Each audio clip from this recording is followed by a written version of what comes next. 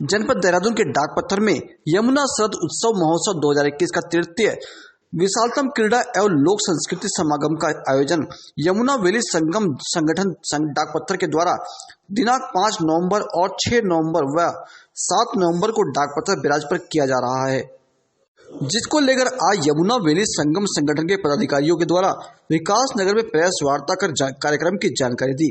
साथ ही संगठन के पदाधिकारियों ने कार्यक्रम के बारे में मीडिया से वार्ता कर उन्होंने होने वाले कार्यक्रम के बारे में विस्तार पूर्वक बताया।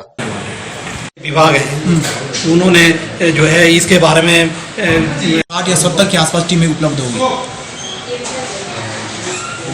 कोविड का जो मामला उठा गया डाक पत्थर में कोविड है, वही तो कह रहा हूँ भाई जी। मैं ये कहना चाहता हूँ कि एसओपी जो बात है, गाइडलाइन जो है राज्य सरकार की, उसको हम भी फॉलो करते हैं, लेकिन जहाँ तक बात आती है तो हम लोगों ने बाकायदा इसकी परमिशन ले रखी है। परमिशन है हमारे पास, तो हम उसी के तहत एसओपी के तहत गाइडलाइन के तहत हम इस कार्यक्रम को आगे करवा रहे हैं।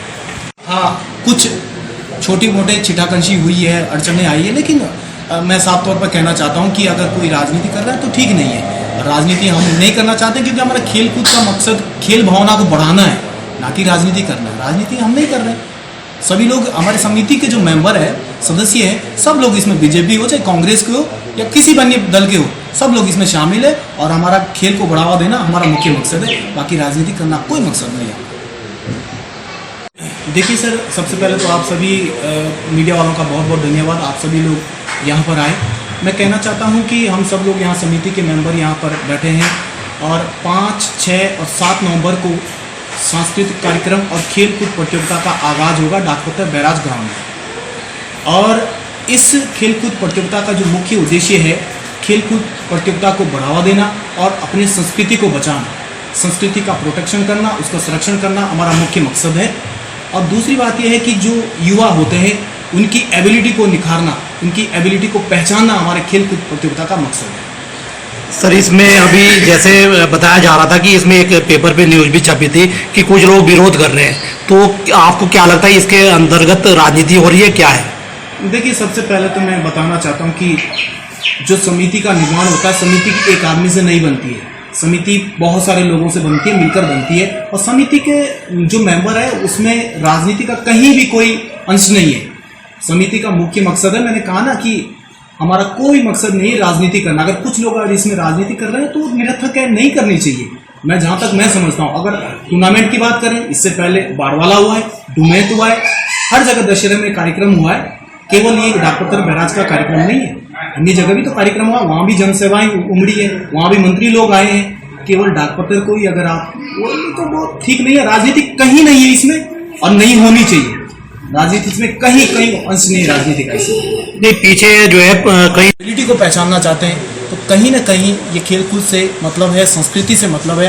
अब और साथ ही साथ अपने क्षेत्र के अंतर्गत जो हम कह सकते हैं कि जैसे डाक पत्थर बैराज की जब बात आती है, ग्राउंड की बात आती है, उसके साफ सुथरा रखना और उसकी ग्राउंड की जो सुंदरता उसको बढ़ाना हमारा मुख्य मकसद है। परमिशन देने में जो है काफ़ी आपको दिक्कतें हुई, तो क्या कारण रहे उसके? देखिए भाई जी, मैं आपको सीधे शब्दों में कहना चाहता हूं कि उत्तराखंड सरकार की जो एसओपी है, जो गाइडलाइन है, उसके मुताबिक अगर हम देखें तो उसको हम भी फॉलो करते हैं। लेकिन अगर आप देखें ना, अभी डुमेत में कार्यक्रम चल रहा था, ठीक है, बाड़वाला कार्यक्रम चल रहा था, दशहरे में हर जगह कार्यक्रम चला। नहीं, क्या आपको लगता है कि आपके इस कार्यक्रम को लेकर राजनीति हो रही है? मुझे तो ऐसा, देखो, हम तो नहीं कर रहे हैं राजनीति, हम कार्यक्रम करवा रहे हैं।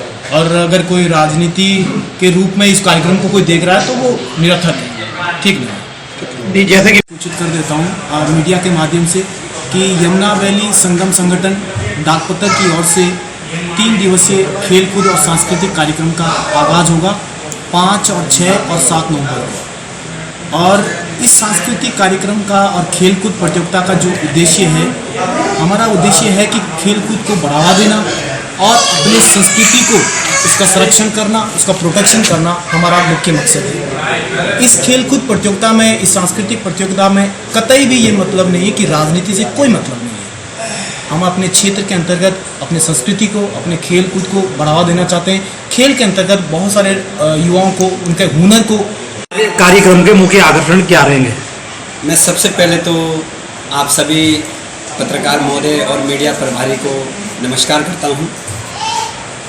और उसके पश्चात हमारा जो 5 नवंबर को जो सांस्कृतिक कार्यक्रम होना है वो बहुत ही बढ़ चढ़ कर होगा।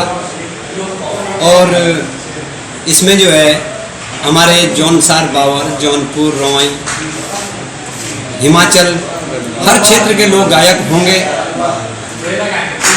और अति उत्तम होगा। बहुत ही सुंदर प्रोग्राम होगा। 5 तारीख से बड़ा जोर शोर का प्रोग्राम किया जाएगा और 7 तारीख तक बहुत ही सुंदर प्रोग्राम चलेंगे और बहुत ही अच्छे प्रोग्राम चलेंगे। क्या कोई बड़े स्टार के आने की भी कोई संभावना है? जो अभी सर अभी इस चीज़ के बारे में हम कुछ नहीं कह सकते हैं कि बड़े स्टार आते हैं या नहीं आते हैं। इसके बारे में अभी हमें कोई वो नहीं है।